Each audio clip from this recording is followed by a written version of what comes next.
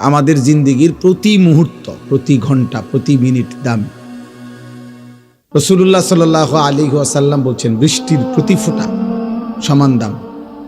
মনে করেন বৃষ্টির পানি, 10 মিনিট বৃষ্টির পানি পড়ছে, তাহলে এখন প্রথম ফোঁটা আর শেষ ফোঁটা তো বেশি দামি কোনটা, কম দামি কোনটা?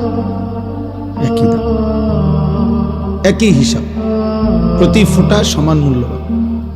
ঠিক আমাদের হায়াতের প্রতি সেকেন্ড সমান দাম। আরবিতে বলা হয় আল ওয়াক্তু আনফাসুন লা তাউদু। আরবিতে বলে যে সময় হচ্ছে নিঃশ্বাসের মতো, যা আর কখনো ফিরে না। কোনো নিঃশ্বাস আর ফিরে না। কোরআনুল কারীমের মধ্যে আল্লাহ তাআলা বারবার সময়ের কথা উল্লেখ করছেন। বিশেষ করে আল্লাহ বলেন, ওয়াহুয়াল্লাযী জাআলাল লাইলা ওয়ান নাহারা খিলফাতান লিমান আরাদা আন ইয়াযাক্কারা আও আরাদা শুকুরা। আল্লাহ তাআলা বলেন, আল্লাহই রাত এবং দিন পর্যায়ক্রমে বানান। একবার রাত, একবার দিন, এই যে সময়ের পরিবর্তন, সময় বদলাই দেখেই তো রাত আসে, দিন আসে।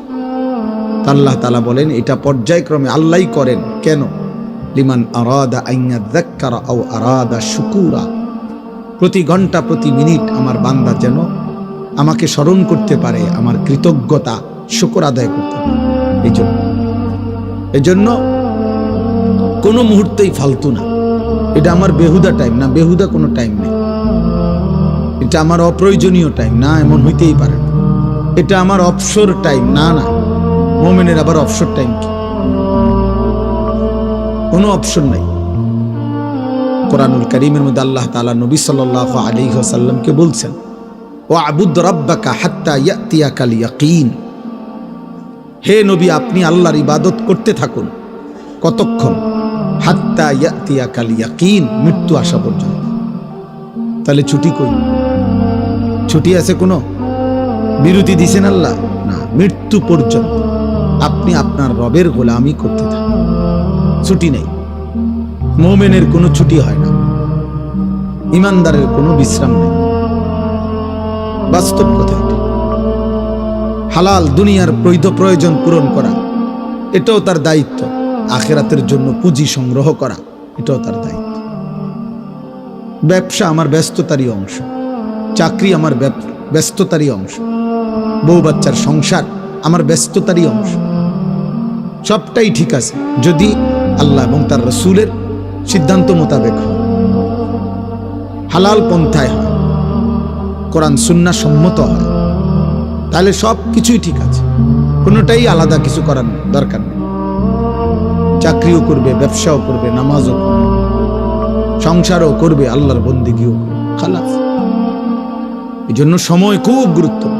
আজকে কিশোর নওজোয়ান ছেলে, তোমরা এটা বুঝো না। তোমরা মনে করছো এটা আমার ছুটি, এই 1 সপ্তাহ আমাদের ছুটি, স্কুল ছুটি। না, না, মুমিনের ছুটি হয় না, ইমানদারের কোনো বিশ্রাম হয় না। বিকাল টাইমটা, আমি একদিন মাওলানা সাহেব একজন রেজি গাইছিলাম যে আসরের পরে মাগরিবের আগ পর্যন্ত ঘোরাফেরার টাইম, বেহুদা টাইম। এটা আপনি কোরআন সুন্নাহর কই পাইছেন? যে আসরের থেকে নিয়ে মাগরিব পর্যন্ত টাইমটার কোনো মূল্য নাই, এটা আমাদের বলছে কি?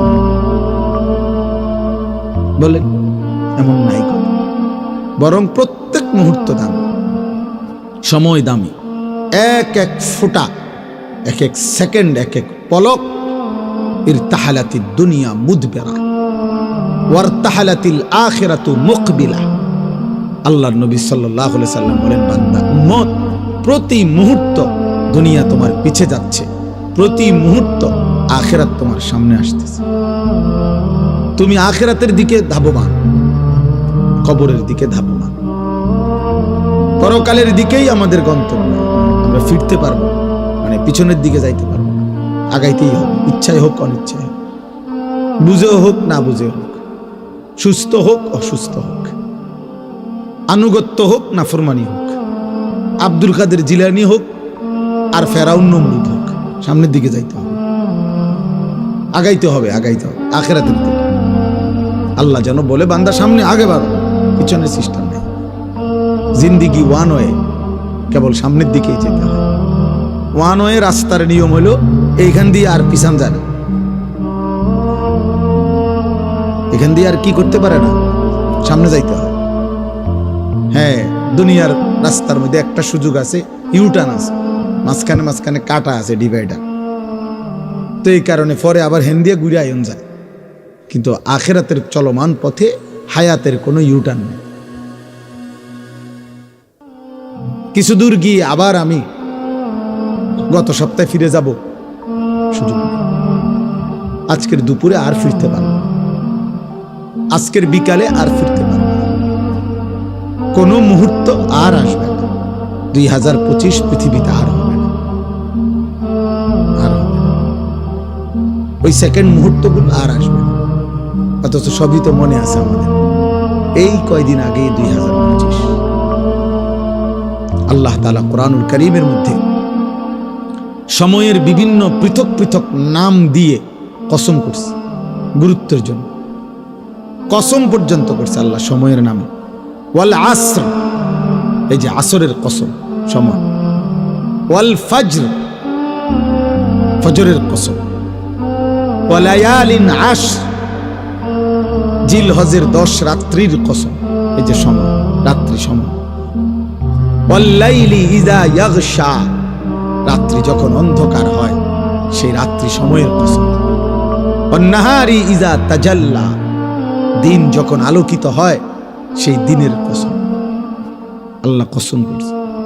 ওয়াদ-দুহা ওয়াল-লাইলি ইযা সাজা, আল্লাহ বলেন সকালবেলার সূর্য যখন পূর্ণ আলোকিত হয়, চাশতের ওয়াক্ত, ওই সময়ের কসম।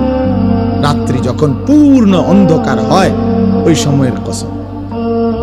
এইভাবে কোরআনে আছে, সময়ের কসম করছেন আল্লাহ। আসরের কসম, ফজরের কসম, রাত্রির কসম, দিনের কসম, গভীর রাতের কসম, সকালের আলোকিত পৃথিবীর সূর্যের কসম। মুসলমানের নওজওয়ান, তোমরা বুঝতেছ, 24 ঘন্টা এমন অগণিত জীবন, 24টা ঘন্টায় তাকে জিজ্ঞাসা করেন যে সুস্থ স্বাভাবিক ছেলেটা, যে আব্বা তুমি গত 24 ঘন্টা কি করছো? সে বলতে পারে চটপটি খাইছে, বুট বাদাম খাইছে, মোবাইল টিপস, বন্ধুদের সাথে আড্ডা দিছে, খালাস, এতটুকুই। জি, অতএব এটা জরুরি বাবা, আমার জন্য, আপনাদের জন্য। হায়াতের এক এক সেকেন্ড দাম, এক এক মুহূর্ত দাম। যেখানে দেখবেন অ্যাম্বুলেন্সের মধ্যে লেখা থাকে, অ্যাম্বুলেন্সের অনেক সময় লেখা থাকে যেখানে প্রতিটি মুহূর্ত মূল্যবান, অ্যাম্বুলেন্সের গায়ে লেখা থাকে। অর্থাৎ এখানে এই জন্য অগ্রাধিকার দেয় রাস্তায়, সরকারি আইন এটা। অ্যাম্বুলেন্সকে কি দিতে হবে? সাইড দিয়ে দিতে হবে। এখানে প্রতি মুহূর্ত মূল্যবান, এখানে রুগীর বাঁচা মরা। এই জন্য অ্যাম্বুলেন্সের হরনে রাস্তা করে দিতে হয়, দ্রুত সবাইকে চলে যেতে হবে। এখানে লেখা থাকে অনেক অ্যাম্বুলেন্সের পিছনে, যেখানে প্রতি মুহূর্ত মূল্যবান, প্রতি সেকেন্ড দামি। আমার ভাই, এই জন্য আমরা হায়াতকে কদর করা, জীবনকে কদর করা, সময়কে কদর করা, এটা বিবেকবান, সুস্থ, বুদ্ধিমান মানুষের পরিচয়। জীবনের কদর যার কাছে নাই, হায়াতের কদর করো।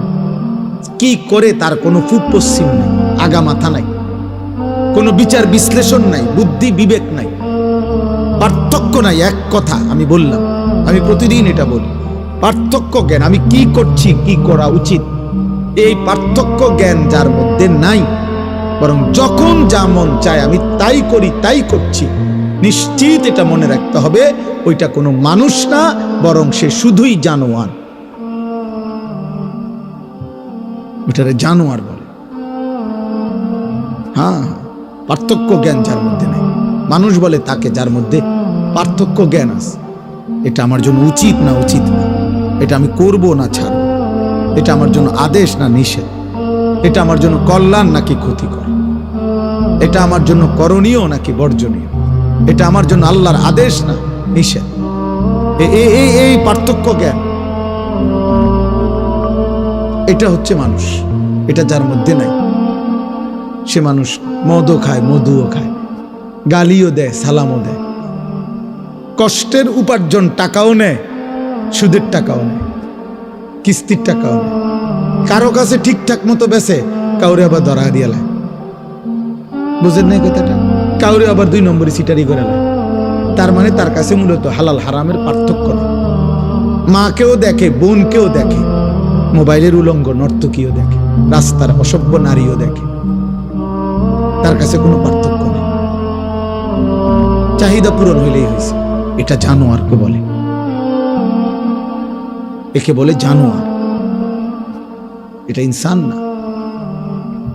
ইনসান বলে তাকে যার মধ্যে পার্থক্য জ্ঞান আছে, ভালো মন্দের পার্থক্য তারতম্য করার যোগ্যতা আছে। আল্লাহ তাআলা এর জন্য কোরআনুল কারীমের মধ্যে বলছেন এটা, ওমা ইয়াস্তাবিল আ'মা ওয়াল বাসীর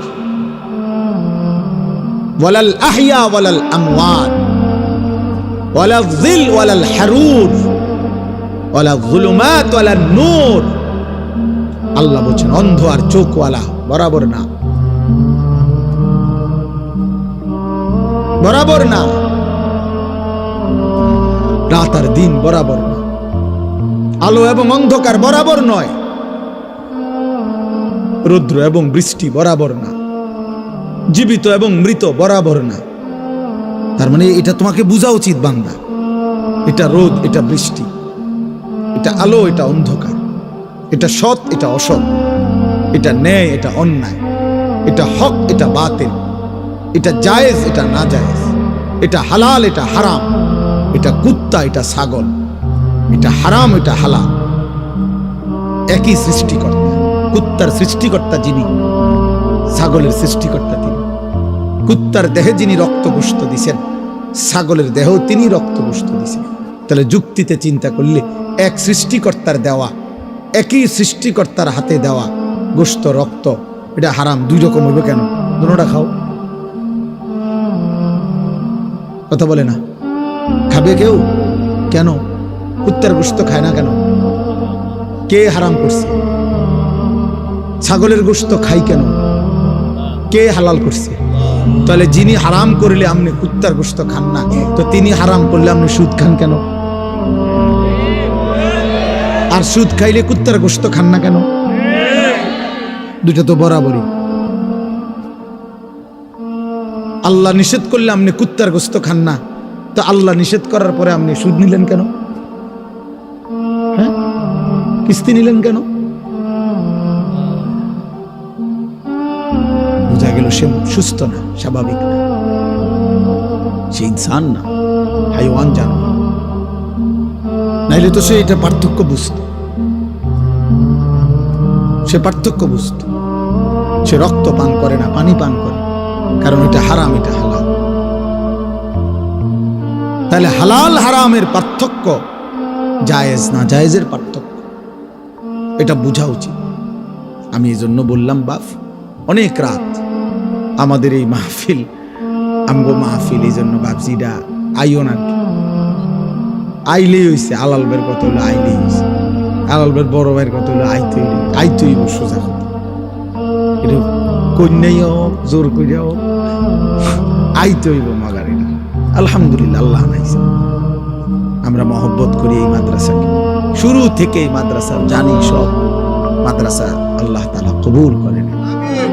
মুসলমানের ছোট বাচ্চা জানাজার নামাজ পড়াইছে। আহা, কত দুর্ভাগা, 60 বছর বয়সেও একটা দোয়াও পড়তে জানেন, আল্লাহুম্মা গফির লি হাইয়িনা ওয়া মাইয়িতিনা। এটা মানে সালাম ফিরাইয়ে লাফা, হ্যাঁ হুজুর মুনাজাত কইরা দেন। আপনি করতেন পারেন না? আপনি সিরানি খাইছেন হারা বছর, হ্যাঁ আপনি বহন খাইছেন চা দিয়া ভিজাইয়া, আপনি পড়তেন পারেন না? আপনি গোড়ার গাছনি কাটছেন সারা জীবন, বলে নাই ভাত খাইছেন, তো আমরা কি সিরা খাইছি? কথা বলেন না কেন মিয়া? এই বাচ্চা কি সিরা খাইয়া নি বড় হইছে? তো এতিম বাচ্চা যদি মালিকের কোরআন পড়তে পারে, হাই বদনসিব ওই ছেলেরা। এই বেটা বদনসিব বেটা, 16 বৎসর পড়ালেও তোরে, তোর বাপে, তোর মায় তোরে মালিকের কোরআন একটা লাইন দেখে দেখেও শুদ্ধ পড়তে পারলা না।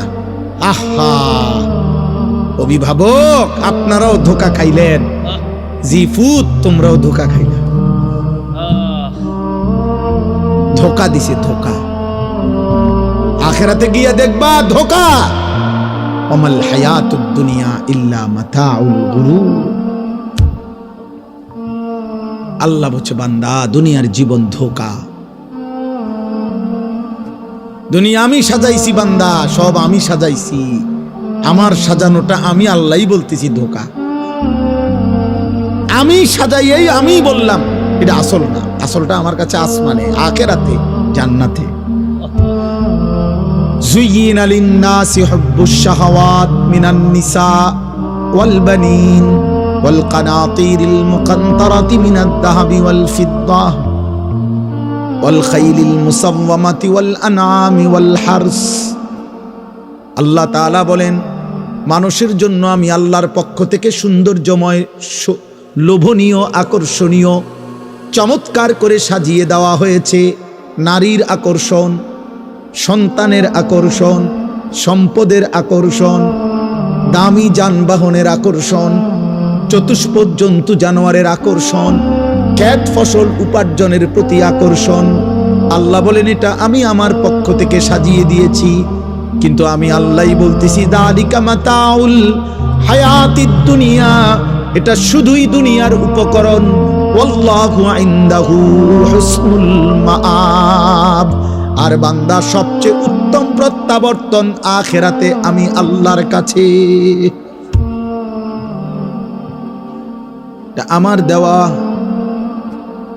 কুল আউনাব্বিউকুম বিখাইরিম মিন যালিকুম লিল্লাযীনা তাকাউ ইনদা রাব্বিহিম জান্নাতুন তাজরি মিন তাহতিহাল আনহারু খালিদিনা ফিহা وأزواج مطهرة ورضوان من الله والله بصير بالعباد।